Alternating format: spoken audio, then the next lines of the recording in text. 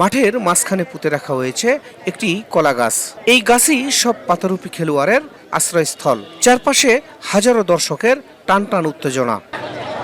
পুঁতে রাখা কলা গাছকে কেন্দ্র করেই চলছে তান্ত্রিক বা গুণিনদের মন্ত্রের লড়াই। মন্ত্রের টানে সম্মোহিত হয়ে মাঠের এক প্রান্ত থেকে অন্য প্রান্তে ছুটে বেড়াচ্ছেন খেলোয়াড়েরা, যাদের স্থানীয় ভাষায় পাতা বলা হয়। জয়পুরহাট শহরের সার্কিট হাউস মাঠে পহেলা বৈশাখ উপলক্ষে আয়োজিত ঐতিহ্যবাহী পাতা খেলা দেখতে জড়ো হয়েছেন বিভিন্ন শ্রেণী পেশার মানুষ।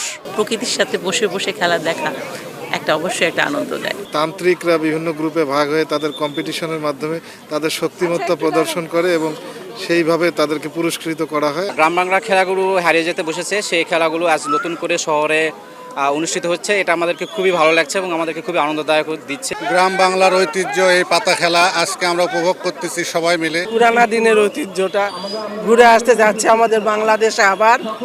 আমরা সবাই খুশি। আরো লাঠি খেলা, পাতা খেলা আমরা পছন্দ করি ছোট থেকে।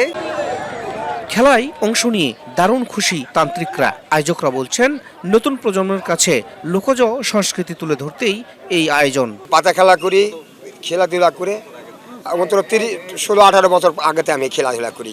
এই পাতা খেলা, নাটি খেলা, বিভিন্ন ধরনের খেলা। আরও যতদিন পর্যন্ত আমি বেঁচে থাকবো, যদি আমার খেলার মতো আমার শরীরে কোনো এনার্জি থাকে, তাহলে হয়তো আল্লাহর রহমত খেলবো। এই খেলা প্রদর্শনের মাধ্যমে নতুন প্রজন্ম এই খেলার গুরুত্ব অনুধাবন করবে এবং শত বছর ধরে যে আমাদের গ্রাম বাংলায় এই খেলা প্রচলিত হয়ে আসছে, নতুন প্রজন্ম যেন সেটাকে ধারণ করে সামনে এটিকে এগিয়ে নিয়ে যেতে পারে।